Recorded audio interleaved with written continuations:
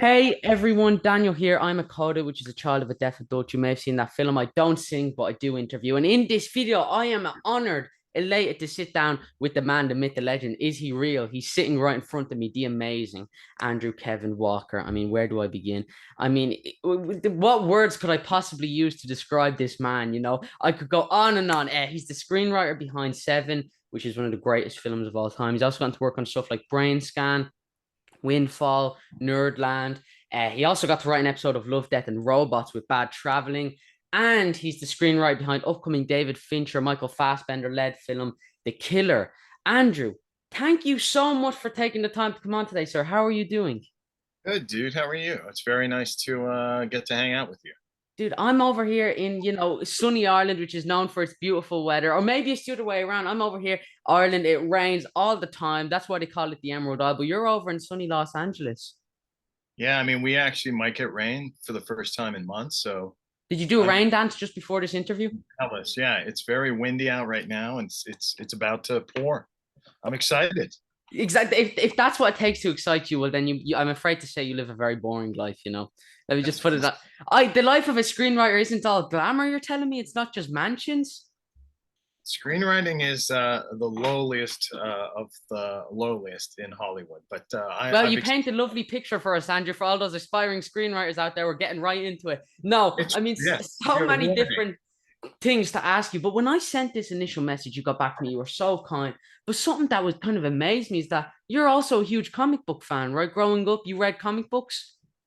Yeah, and I'm trying to look at all the posters behind you. I mean, you have a true appreciation of Marvel. Dude, Um, these are all prints that were given to me now, and I kind of worry that some directors will come on and like I'll have like an art house director who will just hate superhero films, and then he'll just look behind my wall and he'll see Wolverine and Spider-Man. I'll be like, geez, we just had them on my wall for so long. But yeah, these I are all the mean, prints I've um, stolen from artists because they can't yell at kids, so I can just kind of they're take. so great, and I've seen some of the interviews you've done with the artists, and they're incredible. Yeah, I mean, I brought some of my little stupid original art that I collect here to show Dude, you. original art. Well, I mean, I want you to get obsessed with it and become as obsessed with the original art as I am. I mean, you're going to be much more into the newer artists, but for me, growing up, it was John Buscema and Jack Oh, Kirby and Gil Kane and all those guys. the best. I mean, the people who solidified the golden age. But I didn't know you could like. Is that a lot of people say when you get all that screenwriting riches, you should invest it in houses and taxes. Where you're like, I'm gonna No, blow it all on a John Buscema page. yeah, you should buy John Buscema comic book art, like Oh, is that original? Spider-Man that he did a long time ago Dude, for an get out of here! You have original John Buscema art. Here's I'm gonna go through a few. Car Andrews, like Oh man. yeah. Now him you're probably more into like before John Buscema died, and I'll get through this really quickly. He did Oh some please. recreation, so he did. I mean, I could have never afforded the original of this, Yeah. but it's Avengers versus Avengers.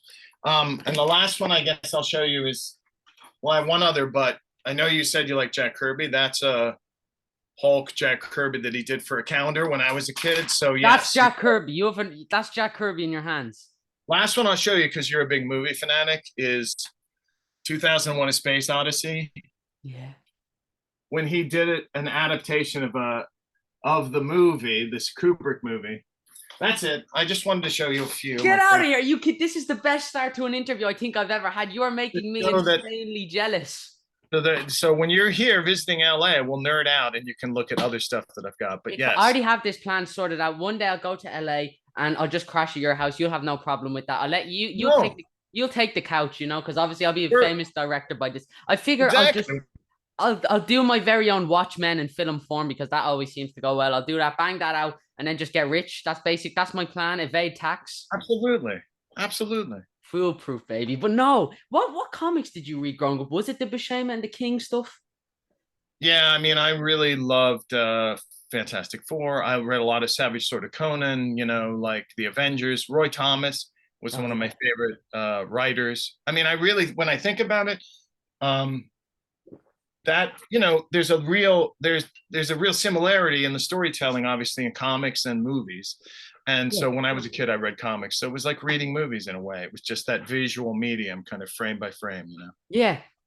Totally. And I think that can really help you because I mean, if you grow up looking at panels, if you're writing a script, you can say long shot, wide shot. And like I've read some of your scripts and I've noticed you can kind of utilize that. So would you describe comic book writing as kind of helping you as a screenwriter and giving you kind of maybe an added skill that maybe a lot of other screenwriters wouldn't have?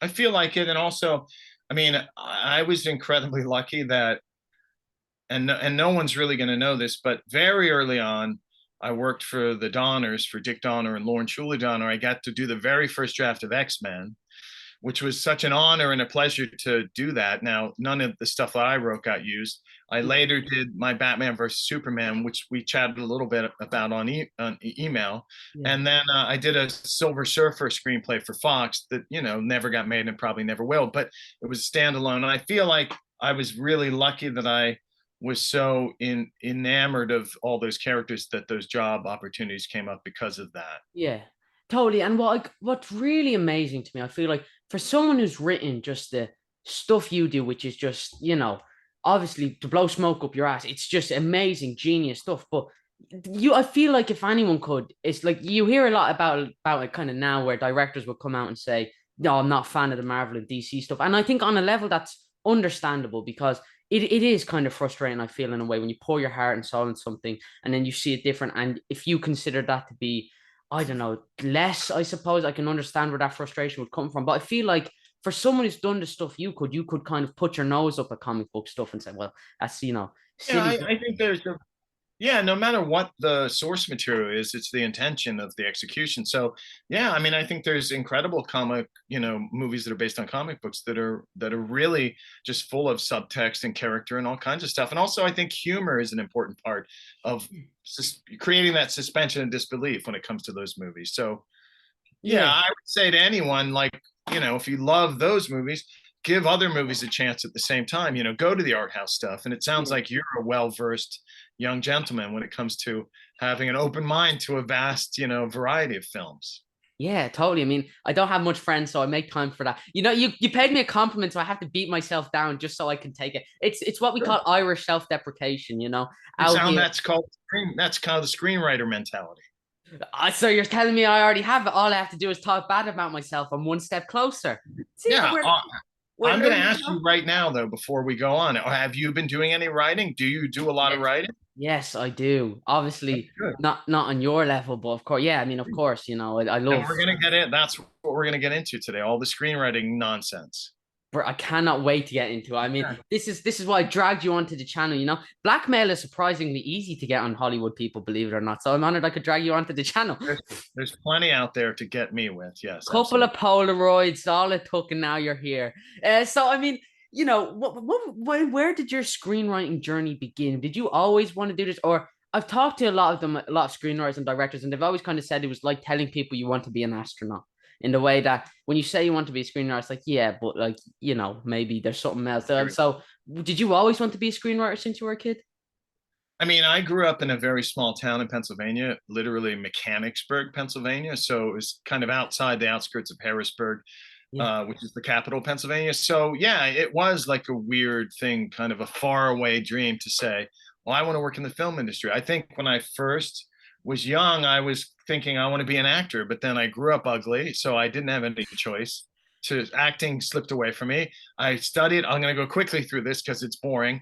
I studied film at Penn State. Happened to have an amazing screenwriting teacher at Penn State, and I really focused at screenwriting then. I started writing a feature-length script in college, which is a big difference between the little short films of 5 minutes, 6 minutes. Yeah. So the sooner someone who aspires to be a screenwriter starts wrestling with three-act structure and all that, the better. And then I'll give you my favorite couple books of the stuff that I studied when I was there. But yeah, at Penn State, I really focused on writing. Yeah, totally. And when you were honing that craft, did you find that I watched this podcast you did with David Coeb, who was one of the great screenwriters, and I was like, this is a question you asked him, so surely it's a good question for me to ask you as a Okay. writer. Do you? Because I mean, if you don't like this question, you only have yourself to blame. That's why I share all asked. responsibility. But as a writer, when you were starting out, did you write for yourself or were you writing for what you consider to be popular and sellable? Did you feel like maybe you would write a Western because I don't know, that was popular, or did you feel like you just wanted to write scripts for yourself? What was that process like for you? I definitely know what you mean. I think you absolutely, as a writer, always can only be writing for yourself. You Yeah, can't ever be trying to guess like, oh, robot movies are popular, so I'm going to write a robot movie or anything. yeah, It's a stupid example, but I mean, you always have to be writing the movie you wanted to see. When I was living in New York City and I wrote Seven, I would be delusional if I thought that this, kind of depressing, yeah. really bleak story was going to be real big mainstream. But at the very least, you know that something you write that's heartfelt will be a great writing sample. Yeah. And so Always when yourself. Yeah. yeah, when you pour yourself into these projects and put so much heart and enthusiasm in them, is it hard to kind of give that to someone and just kind of leave it in their hands? Do you struggle with that at all? Yeah, I mean, I've quit many a job. And again, I'm going to try and, if you've seen any interview with me, you're going to hear me say a lot of the same stuff because the advice is really basic. I mean, it's kind of true, being true to yourself. Yeah. The hard thing when you're in a collaborative process, unless you want to be a writer director, are you also intending to direct, Daniel? Yeah, that's where all the money is. I mean, that's where my passion lies. Yeah, no, totally Okay, there you directing. go. Yeah, yeah. Money creates passion. That you're telling me that I kind of use this channel. I say it's for passion and enthusiasm. That's how I lure them in. Then I make a bunch of money off it. Like I'll take any sponsors. Like some people have like morals and kind of get bogged down and all that. But it's like Yeah, yeah. Don't let that get in your way. life's too short to have morals, you know? Um, um, I will say that as long as you're writing things that you're excited about, you will accidentally become wealthy because you're doing something you care about. And then you'll accidentally write something really good instead of callously kind of trying to predict a trend. But I forget what the question was, but I mean, I think you just really have Yeah. to study what you have to do two things. You have to study, deeply and intensely, and that's where I recommend books like this. This was my big screenwriting book when I was at Penn Yeah. State, Sid Field screenplay. And I really grabbed onto 3 act structure there. So learn as much as you can, not only Yeah. with the instructional books, but and watching movies and reading screenplays. But then, yes, like you say, be writing the thing that you're excited about.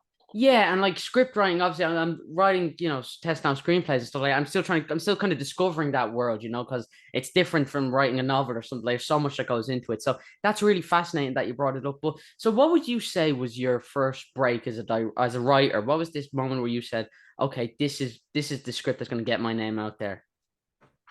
I mean, I was lucky to work with a really low budget company in New York City when I was there right after college that did.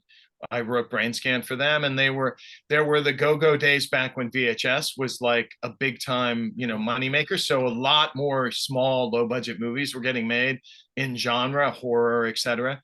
Um, but you know, Brainscan I was very proud of. That was Yeah, like a first writing where I did like the whole script and hoped that it would get made. It happened to get made later after the company went out of business, but definitely writing Seven. I was working at Tower Records in New York. And then the fact that that got me an agent, that was a big, big moment. It took yeah, 5 years after that for it to get made, but to get an agent was a big deal because you get your foot in the door, and that's the hardest part, to get a start, to get into the industry. And just to really quickly go back to what you were saying, because I finally remember, yeah, it is hard to hand a script to a director and hope that you're of a like mind and that their vision will be the same. I've yeah, been very, very blessed to work with Fincher, who's sure. incredibly collaborative and who when he interprets your stuff exceeds your expectation. But there have been many a job I've quit where I just didn't see eye to eye with the director. And we'll probably talk about a few of the movies that I've never even seen that my name are on. Yeah. Just because you Yeah. just said you didn't feel like just because they invited you to premiere and you didn't have a suit. I assume that's where it comes from. They said, Exactly. I couldn't just go in my swim trunks and my, "Gone I liberal, Hollywood gone woke." When did we you go?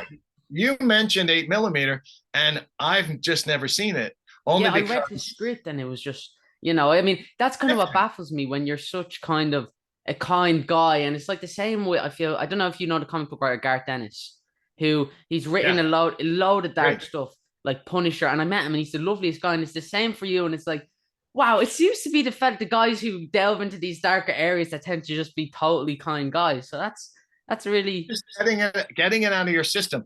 But I mean, that's a perfect example, because if you've read that script and it was very nice of you to take the time to do such a thing, no, dude. it's very different than the finished product. Yeah, And totally. that was just one where we didn't see eye to eye, and I left the project or got fired off of it, whatever, and it got made, and it would just have been too kind of painful to go see it and see Yes. what it became. Yeah, totally. And so, have you kind of gotten better about kind of because I mean, obviously it is hard when you pour your heart and soul into this. Because I mean, I think there's more of an immediacy with comic books. Like I chat to comic book creators and they'll say, "Well, I just finished the script. It'll be out the comic will be out in 5 months' time or something," which is like pretty good. But if you hand in a script, you're not going to see that for 3 years. That's kind of If that. that's being generous, honestly. So is Yeah, it? I mean, I've got scripts I've written. I didn't mean to interrupt. I've got scripts I've written 15, 20 years ago that'll never probably get made. Yeah. And yes, that's your hope as a writer, to put the words on the page and get them into the hands of the reader or the viewer. For a novelist, it's a much more direct route. For someone who writes comic books, yeah, there's collaborative participation in it, but to be able to hand it to somebody and they can hold it in their hands and read what you intended, that's amazing. It's a little rarer for you as a screenwriter to have something that you wrote become a movie that you're actually proud of, Yeah. that people can see. I've been incredibly lucky lately with Windfall, like you mentioned. Yeah. I love the bad traveling episode of Love, Death, and So Robots. good. Love, Death, and Robots is the best show, man. Yeah.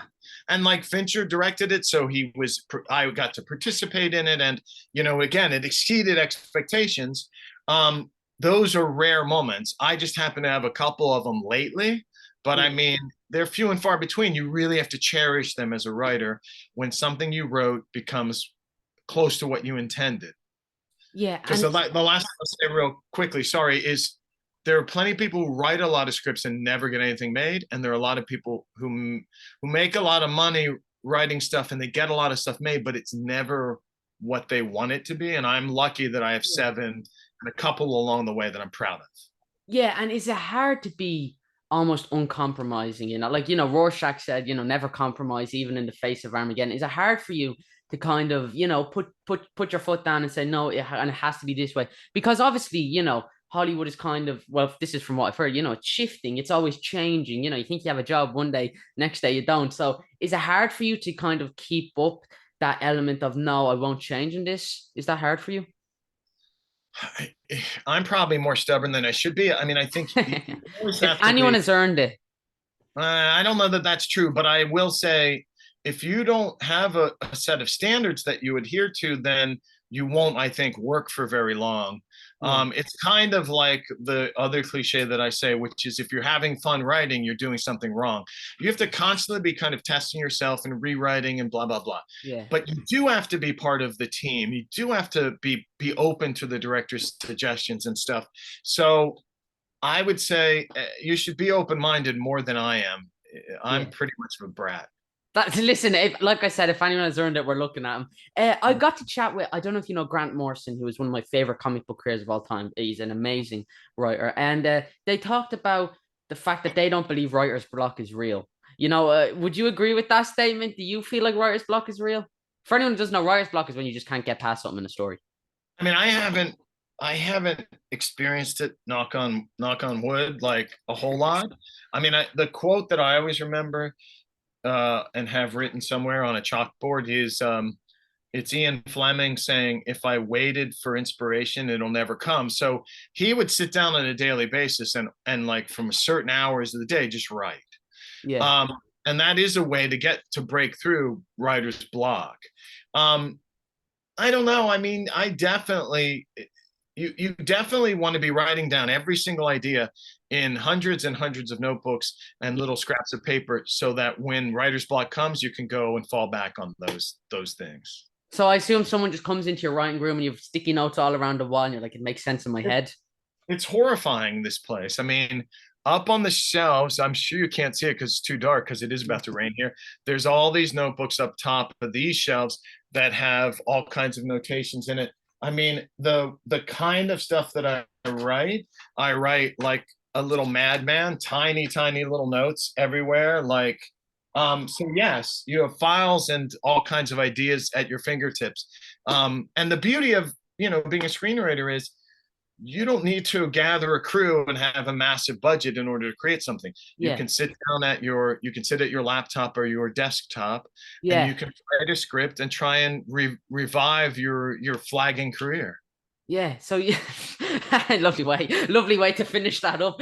So do you write digitally, or do you, like you just showed me there, you use pen and paper? Is that what you tend to do as a writer? I I often sketch stuff out on the page. Just to get it out? Because of the inspiration of Sid Field for me and three act structure, I tend to outline things on a page with three columns, Yeah. and and I put little tiny little scenes. Each sentence or two sentences is one of the scenes, and then the first act ends like right about here, and then the story continues, and then comes the third act, and I just do that so I have like kind of a treasure map that I Yeah. use to refer to while I'm writing. But that's me. I'm three act structure obsessive. Yeah. The other, the other way, not to bore you too much, No, no, is this is brilliant. is to do the old kind of 3x5 card, kind of breaking stuff down, whether it's literally, these are little Yeah. post-it notes and kind of, but that's a really important process for writers. And since you're doing your own writing, Yeah. that process of putting scenes on cards and moving them around in relation to each other within the story can be an incredibly informative experience. Really? That's Yeah. really fascinating. I've never I like that. That's a really brilliant thing you just bring. Have you always done that? Like ever since even the 7 days, or is this something you've only kind of started doing recently Well, enough? especially in the 7 days, and that's a great example. That story has a kind of inherent structure if you think about it, because if you figure you're going to have seven deadly sin murders, you're going to have seven murders. So already there's a structure to it. Okay, but then you as the writer are going to say, okay, if the first act is the first 25 or 30 pages of a script, which is a minute per page when it comes to screen time, okay, which murders are going to be in the first act? What Yeah. happens at the end of that first act? Which murders of those seven are going to be in the second act? Yeah. That's where all that kind of figuring out. If you, I just personally try and figure it out beforehand. Doesn't mean when you're writing you won't change it, Yeah. but but once you've figured it out in the kind of broad view, it lets you see what's coming for the characters. It lets you build towards the ending. It lets you build towards the climax of the first act. That stuff is really exciting. It's almost like composing music. You try and add a structure to it. Yeah. And so are you a perfectionist in your work as a writer, or is there kind of an element where you have to say, well, I just have to let it go now? That's it's that. You Yeah. just have to go, you just like, this is the least bad it's going to be. I can see you think very highly of your own work. Well, that's the problem of, I mean, that is a form of perfectionism if you are never satisfied, but the problem with that is you're never satisfied. So you're always going to disappoint yourself. Yeah. Wow. So So you're telling me it's just a downward slope into more downward slopes. yeah, I'm saying if you're writing now and you've got a smile on your face, just slap it off your face and get to work. Sorry. I'll try better. I'll do better. That'll be the clip. Sorry. I'm so That sorry. that'll be the clip I post for the interview. Just you to slap Yeah. the smile off your face, and then me Yes. looking downwards. Both of us just frowning. Yeah, that's all this interview really is. Just a lot of sadness, because I feel like inherent That's fine sadness by me. gets views. I mean, yeah, you strike me as a sad, but no, of course. After Brain Scan, what came from that? Did you jump into seven, or what came after Brain Scan? Am I taking you back here? Yeah, I mean, Brainscan was really, really low budget company that went out of business, so it didn't get made. But then I managed to. It didn't get sold, but I wrote Seven as a script when I was working at Tower Records in New York, and it got optioned. So somebody gave some money for it that allowed me to move to Los Angeles. I got my first job working for Silver Pictures, but still, Seven had not gotten made. But it did function as a writing sample, so it Yeah, helped me get work. And then, lo and behold, at a certain point, David Fincher, came into my life and changed, everything, yeah, and made, made a movie that on every level, from acting and to production design and music and cinematography, was more than you could ever hope for. So Brainscan came out of a bankruptcy for the company I wrote it for. I didn't have anything to do with the making of it. It just all of a sudden this movie I'd written showed up. And Like I love that. I love that movie, by the way. It's goofy. did they let you know or anything or no? No, it was out of a bankruptcy, so it was crazy that it even got made. But I mean, at that time I had also worked on Tales from the Crypt, which was part of the Dick Donner, Silver Pictures era. And then I worked on some stuff for Fincher after Seven. So I've just been lucky. Yeah, totally. And so when you're writing something like Seven, obviously, let's just talk about kind of coming from Seven. When you have something like that under your belt, did you feel like Hollywood was literally at your fingertips as a screenwriter? There's no such thing as Hollywood being at any screenwriter's fingertips. What? You're telling me that at no point in time it's all just success and glory? I would say that the only job that has more disappointment because it's more face to face in Hollywood is acting. Yeah. It's hard to be a writer, but that's just the way it is. I mean, you're lucky to be paid to write, and you're very lucky if anything gets made. But yeah, you feel that's the thing I will say. I will never forget what it was like to be a little Mechanicsburg, idiot trying to get into the business, and how lucky I felt when I got an agent, and when somebody read my script, and when I had a meeting with someone that I admired, like Richard Donner. Those moments are mind-blowing. Yeah, and it's funny how you would describe Seven as kind of, you wrote it, but it also kind of helped you get an agent. You could have that script to put forward. Did you even plan to have that adapted, or was it just kind of to help you and get further in your career?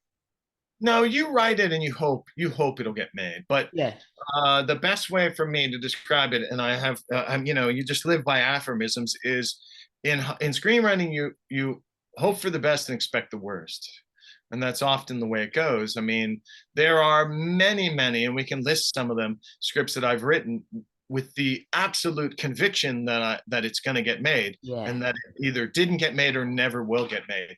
But the thing you have to do as a writer is constantly refill the reservoir of naive belief, delusional belief. What I'm writing right now, this is going to get made into a movie. Yeah. Off it goes, doesn't get made. You sit back down. This is going to get made. This is the ticket. Keep renewing the reserve of hopefulness, and that's difficult sometimes. Pushing the other voices out of your head. What are they going to think of this? What's the director going to say about this scene? What's the producer going to say about this script? Again, you're writing for yourself. Yeah, that's amazing. I mean, you really put it best. But so let me ask you this: how many times have people go, "Oh, you wrote Seven? What's in the box?" How many times do people say that to you? It makes me very happy if they say it to me, but it happens occasionally, and you see it. It's slightly in popular culture at times. That's great. I mean, I can't. The bottom line is, I'm just so happy people even remember that movie. I mean, it's a long time ago that movie got made. And let me tell you, it's so lucky. And I mean, it's pretty big. I mean, especially now, like me and my friends watched the Batman in cinemas. I mean, let's get right into it. You watch the Batman, dude. It's like it's so in the same vein as Seven, and I really love it. What was it like seeing the Batman take inspirations from Seven? Yeah, I really enjoyed the Batman, and I especially love the cast and like the look of it. I mean, it was a pleasure, and if in some small way it was tipping its hat to Seven, I mean, what an honor, how amazing is that? Just that's kind of, like I say, like that even anyone would mention that and a movie that's more than 25 years old in the same breath is incredible, So again, I'm just counting my blessings that people even remember what the hell Seven is. Yeah, and so when you're pushing yourself, obviously you've done this in a lot of your work into these darker areas. Is it hard for you? Do you have to go through any process? Like, shut yourself in a room and just be really, angry and just angsty, or like when you're writing these darker scripts. Because I mean, you've written something like Batman v Superman, obviously, and I've looked at that, and it's I can't wait to end that perfectly encapsulates the characters. But it's obviously, I feel, maybe brighter than Seven, which would be fair to say. Do you feel like as a screenwriter you have to kind of push yourself into these darker places, or can you just kind of write in a kind of happy scenario? Well, I think every script, the ending is determined by the story you're telling. So Yeah. I'm not averse to happy endings. I mean, I guess the Batman versus Superman script had kind of a happy ending, but it also had really cool. We stole a lot of the inspiration, and this was many, many years ago. I wrote it. It was written for Wolfgang Peterson to Yeah. direct. We stole a lot of inspiration from all the Frank Miller, Dark Knight stuff. The idea that maybe the government would, behind Superman's back, be hoarding kryptonite just in case the day came when they had to, deal with Superman if he kind of went bonkers, or he, had the wrong political affiliations, So there were really dark, weird, kind of veins of storytelling within that. But no, I mean, Seven came kind of easily. The big cliche for me is to say that Seven was my love letter to New York City. New York City in the late 80s was, if you want to see what New York City in the late 80s was like, just watch The Joker, the one with Yeah. Joaquin. That very captures like what New York was like at Really? the time, especially the subways and everything. But yes, you have to be careful that you don't become so happy when you have your swimming pool, Daniel, and your giant mansion on the What do you hill, think I'm doing this for? that you stay connected to your miserable roots in your heart of hearts, and so you can write the unhappy stories that you want to tell. I'll be happy as long as I have a pool, if I'm being honest. I don't mind. I'll stick out the miserableness, Like you always see these Americans in cartoons, they all have pools and they never use it. It's like, you don't know how lucky you guys are. We want the pool out here in Ireland, we dig a little hole in the fields and we wait for it Yeah, to rain. just a little bit of mud. Yeah, that's all. I believe it makes me stronger. Like, once I get sick, I come back from that even bigger. So if anything, I'm building my immune system when I eat mud. So there you go. So Yeah, if that's what, so I should keep doing it is what we should take away from this interview. absolutely. Anyway, so obviously I'd hate to talk about some of your I hate to dedicate this interview to some of your unmade projects, but I'd love to just touch on them for a minute. A lot of Obviously being the huge comic book fan that you are, you've had opportunities to do script for Batman v Superman. Like I think would you say that's kind of the biggest unmade one that everyone's most aware of? I mean, there's X-Men and Silver Surfer next to that, but would you say Batman v Superman is kind of the biggest of them?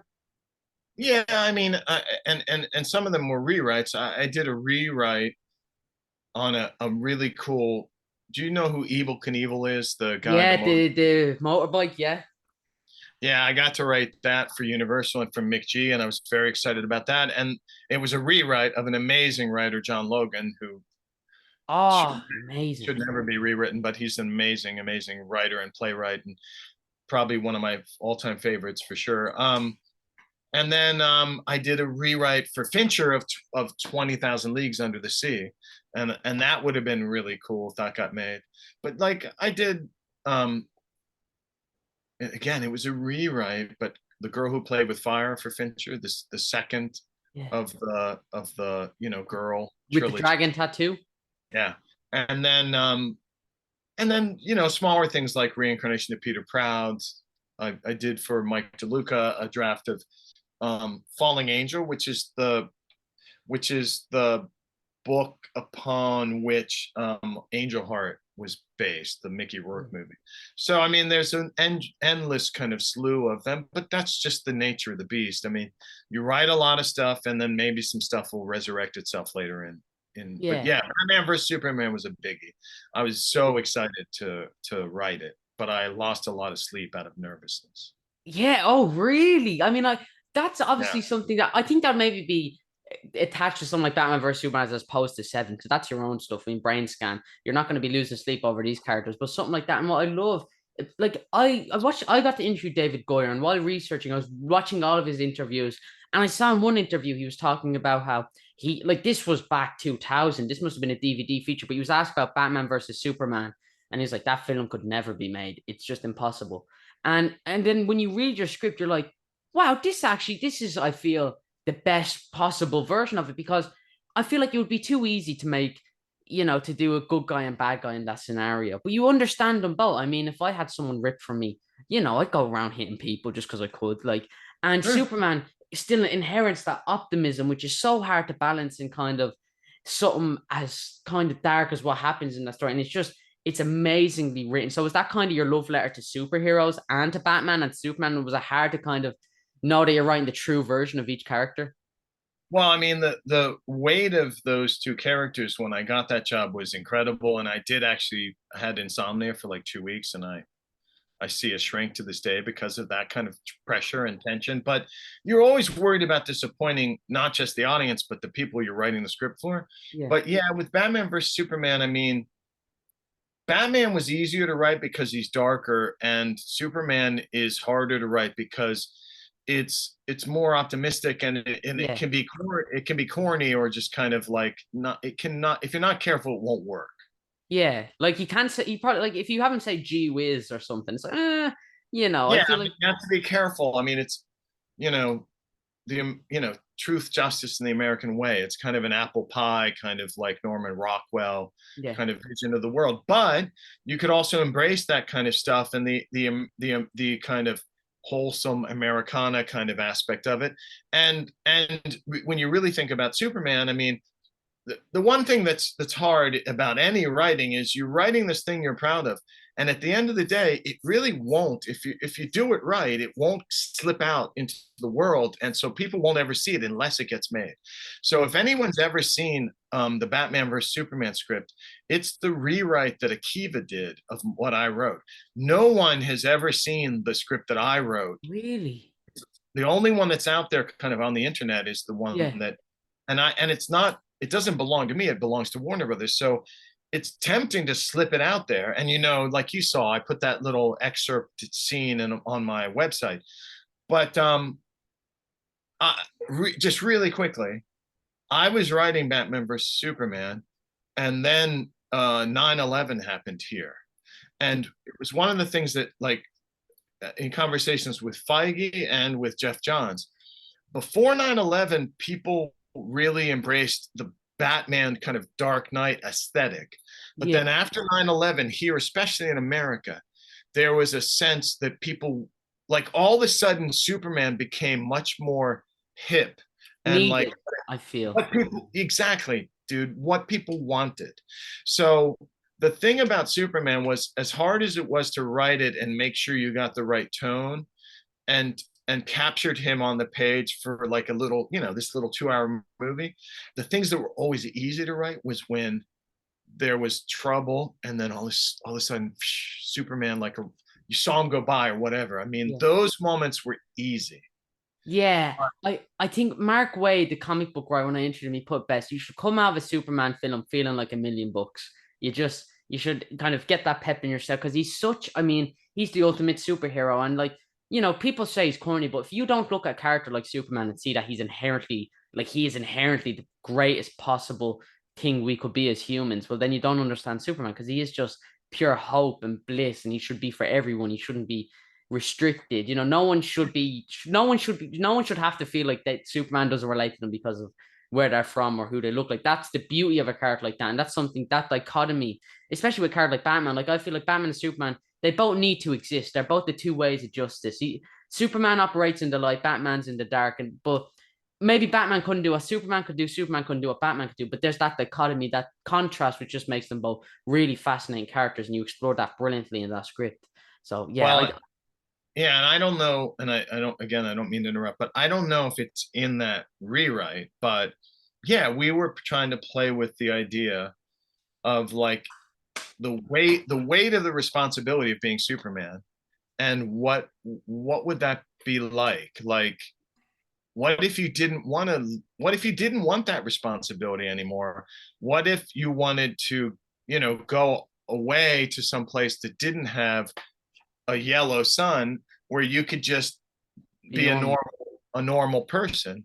That was the crux of what we were trying to write. So there was a scene where I think it was Lana Lang, like one of his old girlfriends, said, all right, Superman, if you want to pretend that you can just go away and leave all this that you do behind, then prove it to yourself. And he ends up as Clark Kent in the script, hearing that there's a tornado heading towards Smallville or whatever, and he walks into the barn and he sits down in a chair as a human being, Clark Kent, and sits in the chair and tries to sit. The whole scene was just him, and you hear the wind start, and you can hear it getting closer and closer, and he's just going to sit it out. It would be as if he's away and he's not there to save people.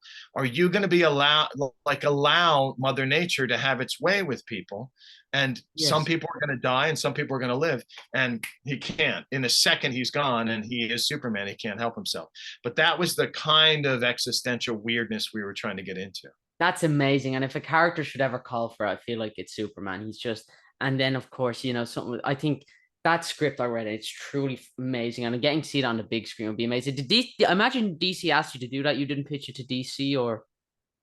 I got the opportunity to go talk among. I'm sure there were many other writers who went and spoke to Wolfgang Peterson and to Sam Dickerman, the executive at the time, and I just went in with a pitch that we end up flushing out. So I'm sure a lot of people pitched their story, but I just lucked out and got the job.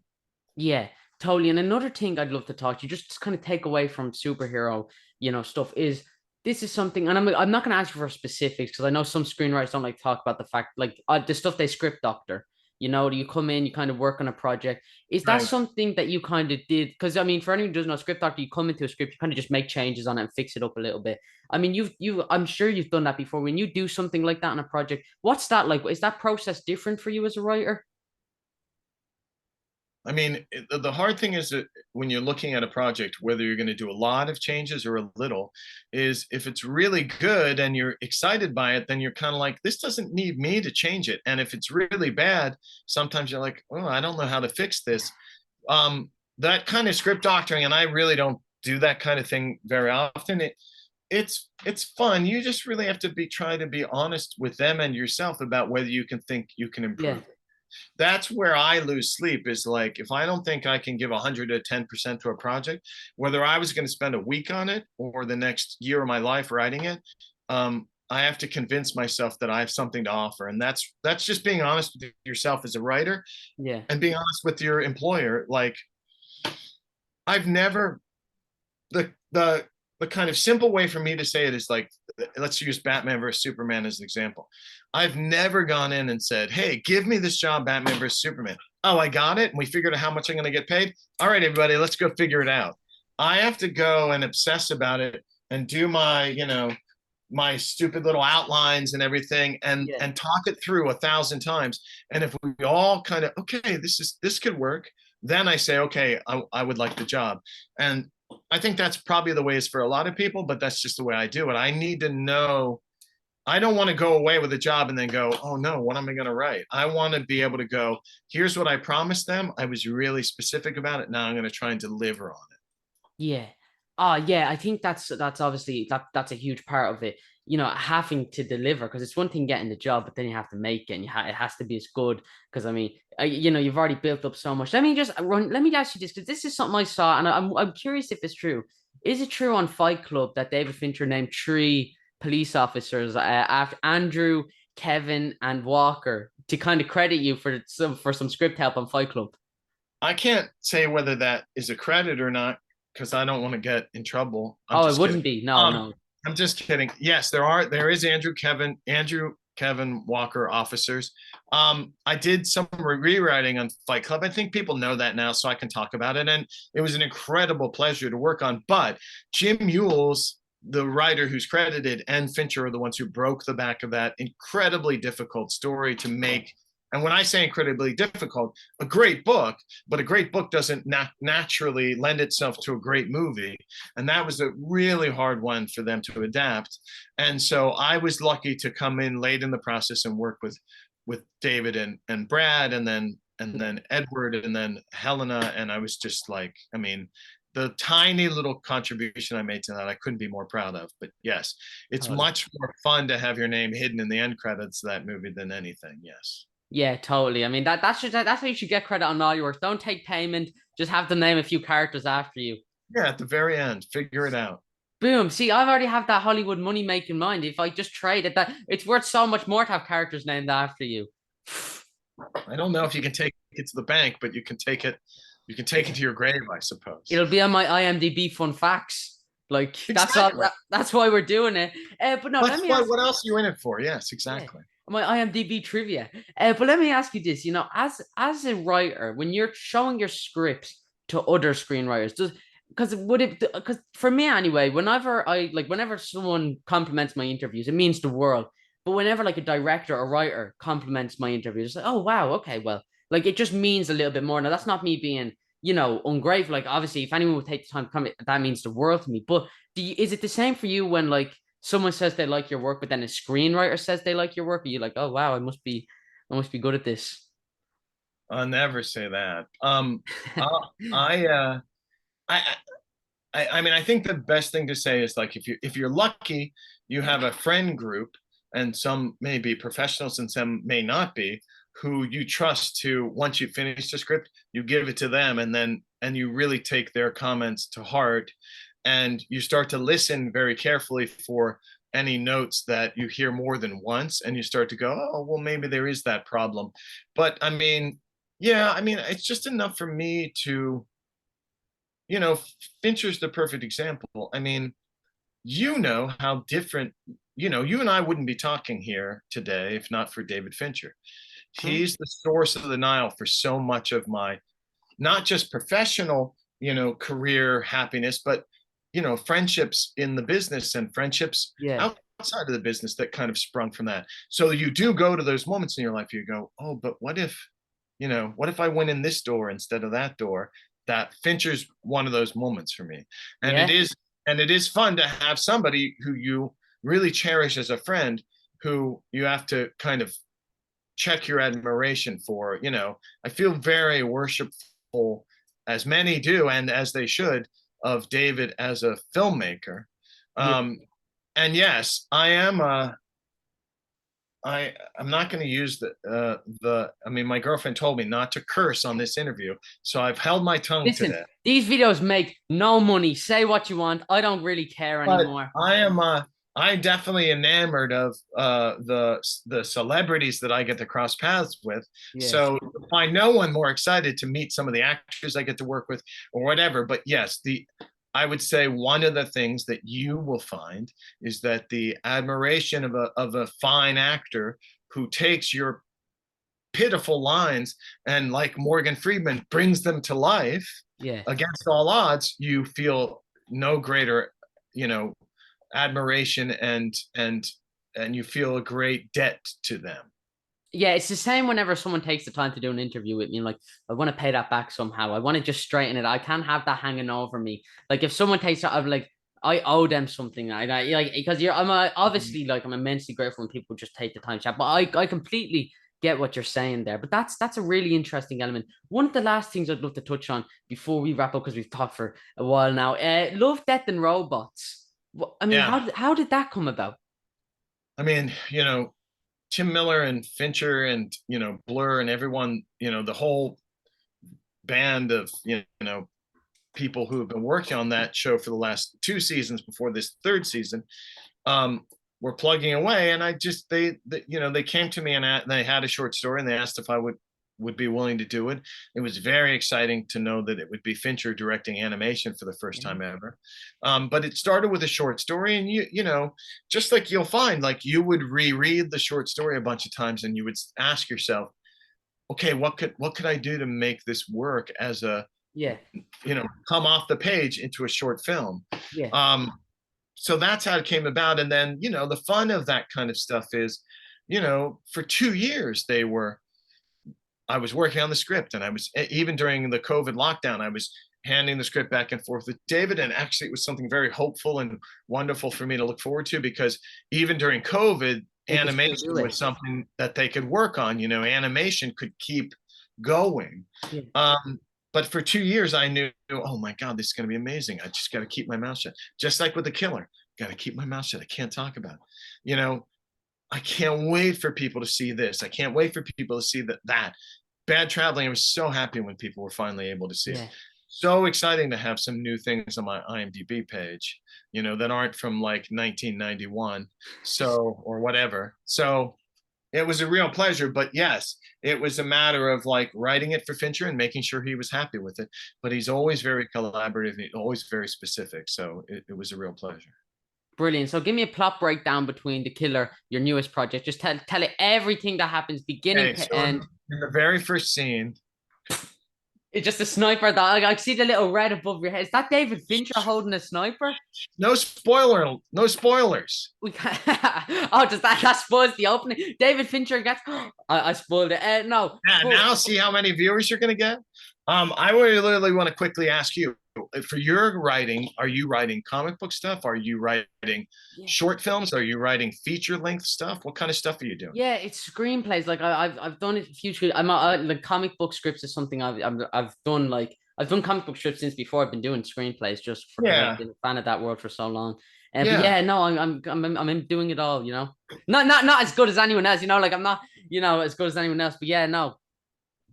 No, that's great. I mean, that's the thing. Like feature length is the thing that's fun to wrestle with. Yeah. And like if the only thing I would say is if you're not yet kind of thinking about the 3 act structure, and if you're not breaking it down in an outline beforehand, it's very illuminating before you start writing to kind of do a thumbnail sketch of the entire movie in your head before you start writing. But I don't know. I mean, I don't know what your process is. You may sit down, just have an idea and start writing. Yeah. But I mean, I have a ghostwriter. He does all my stuff. I just pay one of my friends. It works, does it? Yeah. I figure here's the thing, right? I'm in debt to him a couple hundred, but once I sell one of his scripts, then it's easy. Just give me Fincher. With your name on. Yeah, give me Fincher's email and I'll have a film, It's this really beautiful original idea about a giant octopus who's in space. I don't know. It's just, that's actually not one of my scripts, but I just came up with that. That's not one of my scripts, but I just came up with that. What does that say? That's how amazing you are. The ideas just pop right out of your head. And it's a metaphor for capitalism. How do I do it? Where does it's just literally just coming out? Oh, it's perfect. With the arms reaching and grabbing and taking. You found logic in it. It works. So me and you will do that together. We're a good writing team now. 60-40 split. Does that sound fair? Sounds great. I mean, I'd prefer 70-40. You're right. Okay, fine. I take it. So I don't need maths to be a screenwriter, you're saying. Yeah. No, so that's why you have an agent and a manager. I'm getting there. No, but something I love, like The Killer, obviously we can't talk about, but it's it's a hitman project, but that's something that's been done before. But like with Seven, you go onto it and it's about a serial killer who operates under 7 deadly sins. That's a great plot. And you can only do so much with a great plot. You can't stretch a great plot out into, 90 pages or even more, because there has to be these elements that you add in, and there has to be all these. And what I've noticed you've done, like you have these real characters. Like there's that one moment in the back of the car where he was kind of talking about how he views the world. And he's like, oh, were they innocent? Were they really? And it's just, before that, you never really saw his viewpoint. And when you're working with these films that kind of on paper seem to be great, is it hard for you to kind of actually make a great script out of that, just with a great plot? No, I mean, you're definitely, that's the balance I think you're trying to strike.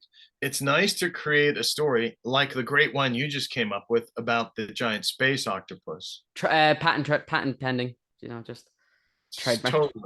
TM at the end. Exactly. TM. You want to be able to describe something in a couple sentences so people go, oh, that sounds exciting. Yeah. And you want the whole thing to be based on character-driven, kind of interesting story, and not just kind of like nonsense, illogical. So the biggest thing at the end of the day is to have it fulfill that idea, fully, wring all of the potential out of that idea, and at the same time, kind of scene to scene, be logical and be surprising and logical, which is difficult, but also have subtextual moments for the characters where, there's something for the actors to do other than just spout, literally what they're feeling and about to do.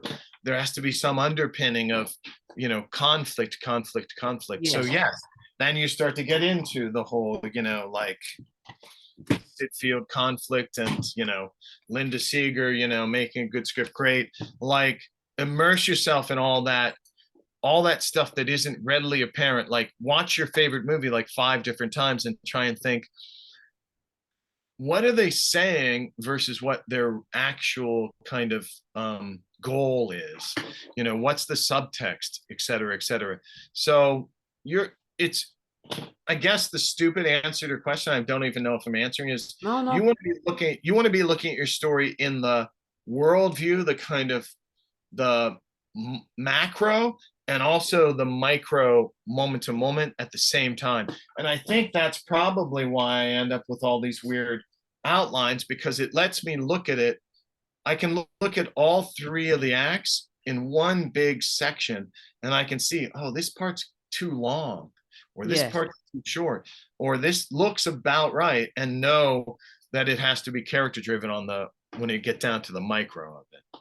Yeah, and so do you ever find that you self-edit as a writer? Because I mean, there's obviously that, like, oh, they'll never go for that, they'll never bite. That's too far. I'm going too far with this. It's too dark. Do you self-edit much, or did you used to at the start of your career? I mean, like I say, if I did, then I wouldn't have written Seven, because no intelligent person would write that and think it could get made.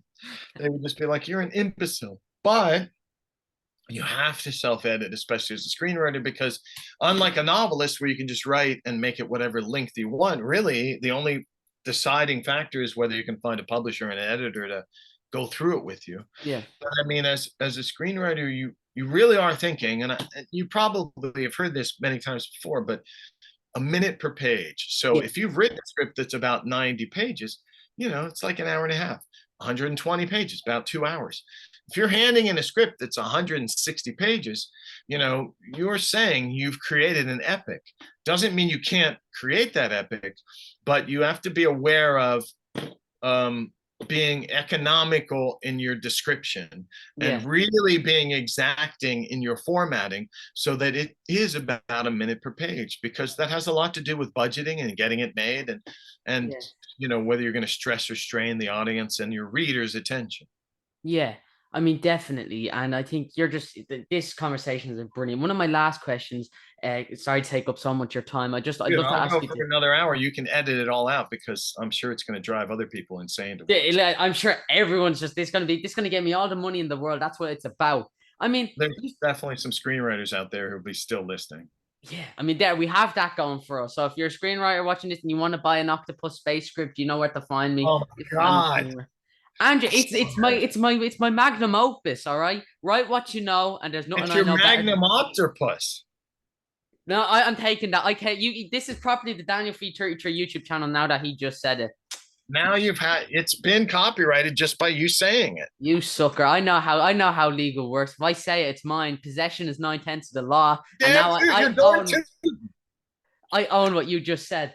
But no, let me ask you this: would you ever consider writing a comic book? Yeah, I've thought about it, and there was a little bit of a time where I chatted with this amazing writer, Peter Tomasi, about trying to figure out a Batman story. But I'll tell you what, I was scared, because it's like, I mean, the Dark Knight, the Frank Miller stuff was such a big part of that came out right when I was in college, or like right before I was in college. I mean, that's what you would strive for, writing something that kind of revelatory and kind of, I would write a Batman or whatever if I came up with a really good story. I thought, but the other thing is I would sweat bullets over it, and I'm not sure that time could be maybe not better spent trying to write a script. But I mean, yes, there's a real pleasure to, the only thing I could kind of equate it to in my career is having written like a small, like Love, Death and Robots would be a great example. I wrote it, and within 2 years it was out there and people could see it. If they are aware of it, they can see it. that's not the case with movies. Yeah. Like I said, I've written stuff that'll never get made, stuff that we're still trying to get made after 10 years. So the idea of writing something and then within a couple years, people can hold it in their hand and enjoy it, and it's close to what you intended, that would be a real pleasure. So yeah, the short answer is, yeah, if I could thought of something that I thought was worthy, I would try and do it. And I have such respect for, even more than writers, I hate to admit it, artists when it comes to comic books, because that's what I obsess about, all the art. Yeah, I'm so jealous. I did stuff you held up there. It's just amazing, and I'm so glad that it belongs to an owner such as yourself. I'm glad it's being appreciated somewhere in the world. But no, I feel like that's a fear that I know a lot of screenwriters have. It's like, if I write this, well, then I'm not imagining it anymore. Then it's like, then I'm writing it, and if it's bad, then it's like, well, I should never have started it. So it's like, it's easy to dream and say that'd be great, but there's almost a daunting element, especially when it's, a character you know and love, to put it on the page, because then it becomes real. Then this is something you've done. So is that kind of what you're getting at there? And have you experienced that much in your other work? I mean, that's a big part of intending to write something and writing it and then actually finishing it versus always writing something is what you had said earlier about knowing when to kind of to rewrite it and rewrite it, but then let it go when it's done. Yeah. And it's as good as it's going to get. Because the hard part is when you're done with it and you hand it to people, all of a sudden they can pass judgment on you. And that's where, you can be disappointed. But my best, most fulfilling kind of, talking about the reservoir of refilling your hope and your naivete, like, go out if you want and write 180-page screenplay. It's ridiculous. It'll probably never get made just by the sheer length of it. But if you see that epic in your head, go write it. Just do me a favor. Once you finish that, send it out and hope you get an agent or whatever. Start the next one. Always be ready to start the next one. Don't go, oh, I finished this. This is the one that's going to make me a millionaire. Go out and keep writing the next one. Keep learning. Keep being open to, like, the next one's going to be different. I wrote a comedy. Now I'm going to write a drama. I wrote a horror movie. Now I'm going to write a movie about a giant octopus in outer space.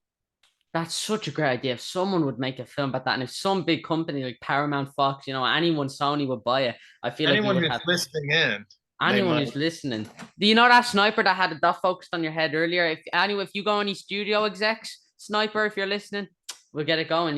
Like we said, 70-50 split. That the maths is probably right on that. I'm in lower level maths. So, but like I said, I won't need maths when I have my pool and my Space Octopus franchise. I'm thinking A films just to really branch it out because there's so much story to tell. Absolutely. Start writing today. It's an epic. That's a lot of writing that needs to be done. 8 films.